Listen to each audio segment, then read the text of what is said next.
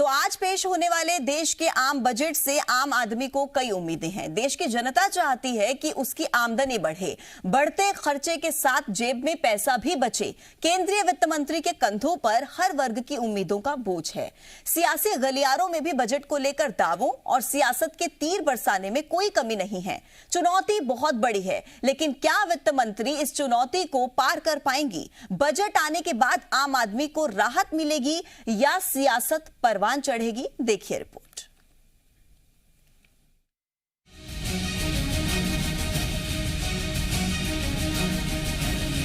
राष्ट्रपति रामनाथ कोविंद के अभिभाषण के साथ ही बजट सत्र 2022 की शुरुआत हो गई। केंद्रीय वित्त मंत्री निर्मला सीतारमण आम बजट पेश करेंगी।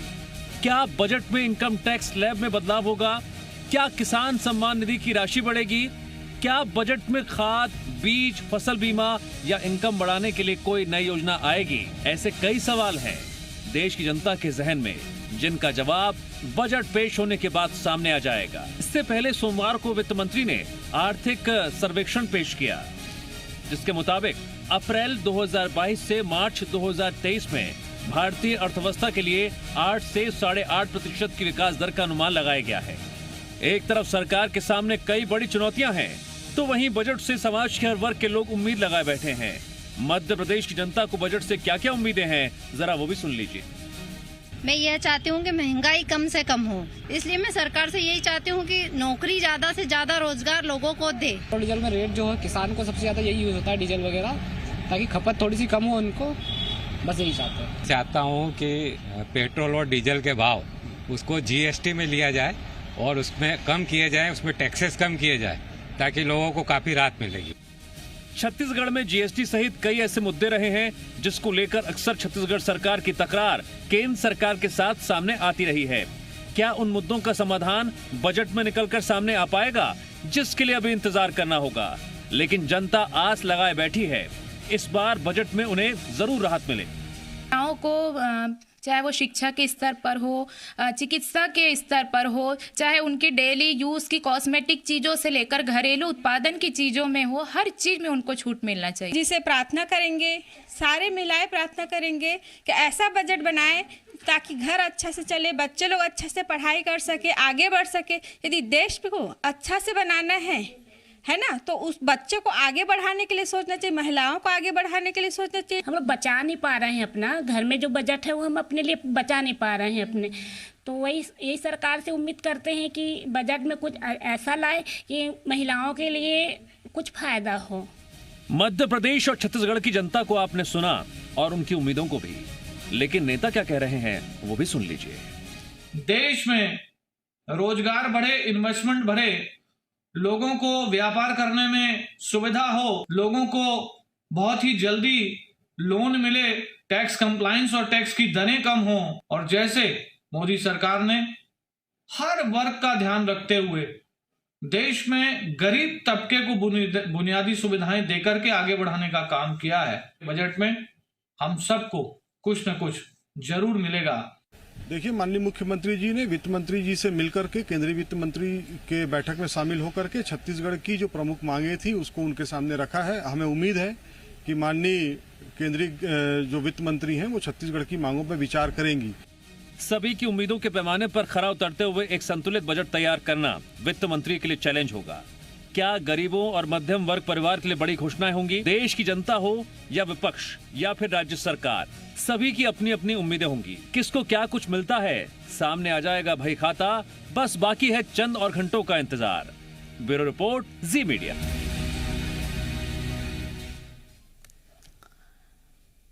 तो देखिए, टैक्स पेयर्स को भी वित्त मंत्री निर्मला सीतारमण से खास उम्मीदें हैं। टैक्स छूट की सीमा बढ़ाने समेत तमाम ऐसी कई राहतें हैं जिसका देश की जनता को इंतजार है, जिसे वित्त मंत्री आज पूरा कर सकती हैं।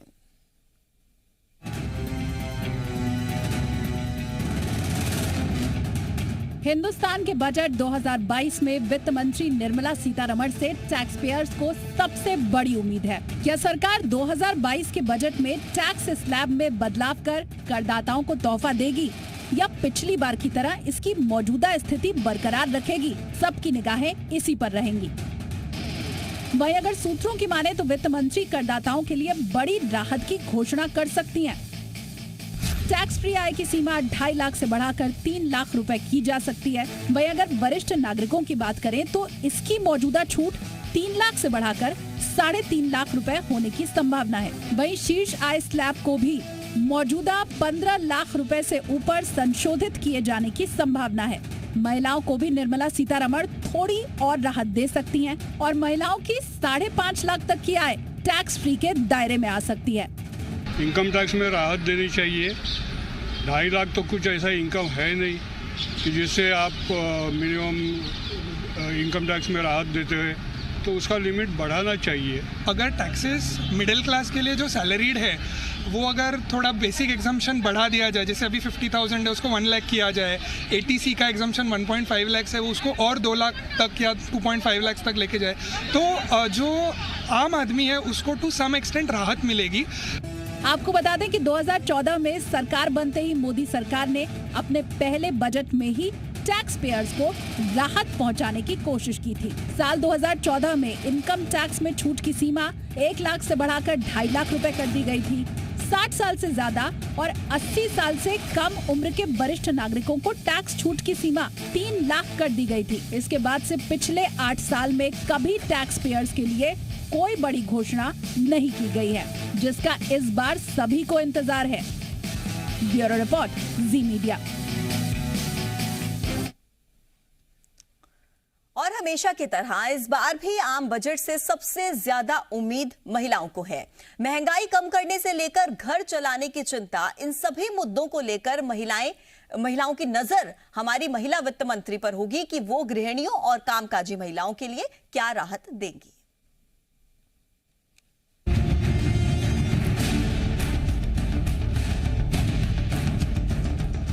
नौकरी पेशा महिलाओं को बजट से खास उम्मीद। महिला सशक्तिकरण के दौर में महिलाएं चाहती हैं ज्यादा टैक्स छूट। क्या महिला वित्त मंत्री निर्मला सीतारमण देंगी राहत? महिलाएं आज पुरुषों के साथ कदम से कदम मिलाकर काम कर रही हैं। पूनम और सपना भी ऐसी ही महिलाएं हैं जो आत्मनिर्भर हैं। एक नौकरी करती है तो दूसरी व्यवसाय। टैक्स के मामले में जागरूक है और वित्त मंत्री से खास मांग कर रही है। जो भी हमारा इनकम टैक्स के अंडर ATC में जो भी हमारी 1.5 लाख एग्जम्पशन होती है उसको बढ़ा के 2 से 2.5 लाख कर दी जाए, जिससे हम अपनी अच्छी से सेविंग कर सकें। जो बच्चों के लिए, लड़कियों के लिए हम अच्छा सा कुछ और बचा पाए अपनी पॉकेट मनी को। यही सरकार से विनती है कि बजट में लेके आए। हम चाहते हैं कि जो ATTTB एक्ट है ये महिलाओं पर भी लागू किया जाए, जिससे कि जो महिलाएं जो कोरोना में जिनको इतनी दिक्कत हुई और वैसे भी आज देखिए कि नौकरियां बहुत कम है और महंगाई बढ़ती जा रही है, तो इस ATTTB का एक्ट का जो प्रावधान के जो फायदा है वो हमारी महिलाओं को भी मिल सके। टैक्स के मामले में महिलाओं को कोई अलग से छूट नहीं मिलती, बल्कि नौकरी पेशा महिलाओं पर टैक्स की दर समान है। जानकार मानते हैं कि महिलाओं को बजट में टैक्स में कुछ छूट मिलनी चाहिए।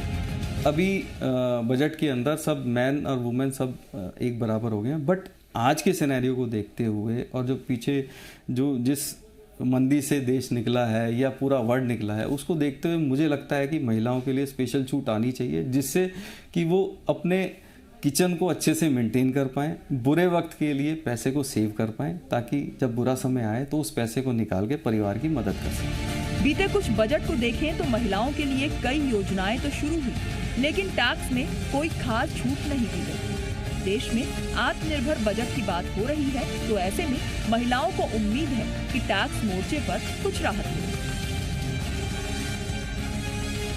ब्यूरो रिपोर्ट, जी मीडिया। मोदी सरकार ने साल 2017 में ही रेल बजट को आम बजट में मिला दिया था, जिसके बाद से ही वित्त मंत्री ही रेल बजट भी पेश करती हैं और इस सेक्टर को वित्त मंत्री से खास उम्मीद भी है।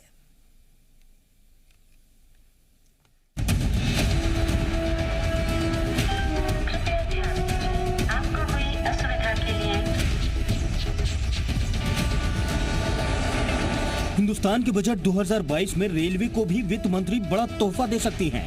शहरों को कनेक्टिविटी और ट्रेनों की स्पीड बढ़ाने के साथ साथ सरकार रेल यात्रियों की सुविधाओं के लिए भी बड़ा ऐलान कर सकती है।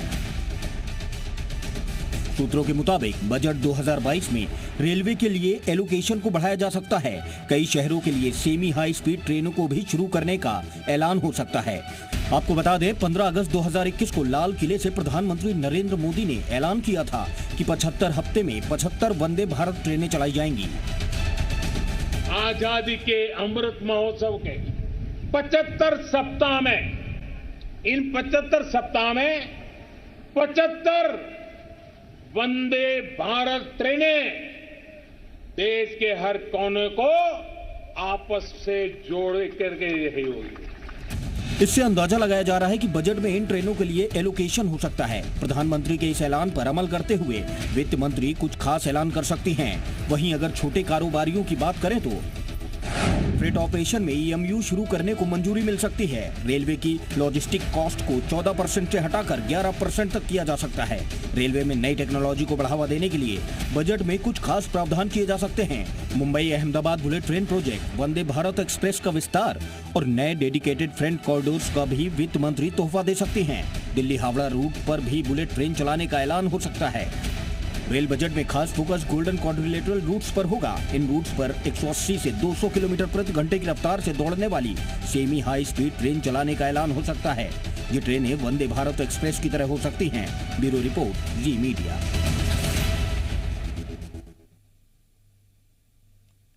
अब बात करते हैं किसानों की उम्मीदों की, क्योंकि किसानों को उम्मीद है कि बजट में वित्त मंत्री निर्मला सीतारमण कुछ ऐसा ऐलान करेंगी जिससे उनकी आमदनी में इजाफा होगा।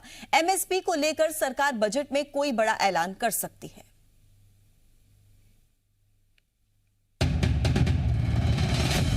किसान आंदोलन खत्म हो चुका है, लेकिन किसान सरकार के बजट से बड़ी उम्मीदें लगाए बैठे हैं। किसानों को उम्मीद है कि बजट 2022 में सरकार खेती के लिए दिए जाने वाले कर्ज का टारगेट बढ़ाएगी ताकि किसानों को आसानी से लोन मिल सके। साथ ही किसानों को उम्मीद है कि सरकार उनकी पराली को बिजली बनाने में इस्तेमाल करने की तकनीक पर खर्च बढ़ाएगी। इसके अलावा किसानों को उम्मीद है कि सरकार वास्तविक लागत के आधार पर MSP तय करने पर बल देगी। इसके अलावा किसानों को उम्मीद है कि सरकार दूध उत्पादकों के लिए भी बजट में विशेष प्रावधान करे। खेती ही एक ऐसा सेक्टर है जो कोरोना काल में भी तेजी से बढ़ रहा था और किसानों को उम्मीद है कि सरकार उनकी आय दोगुनी करने के लिए बड़े कदम जरूर उठाएगी। ब्यूरो रिपोर्ट, जी मीडिया।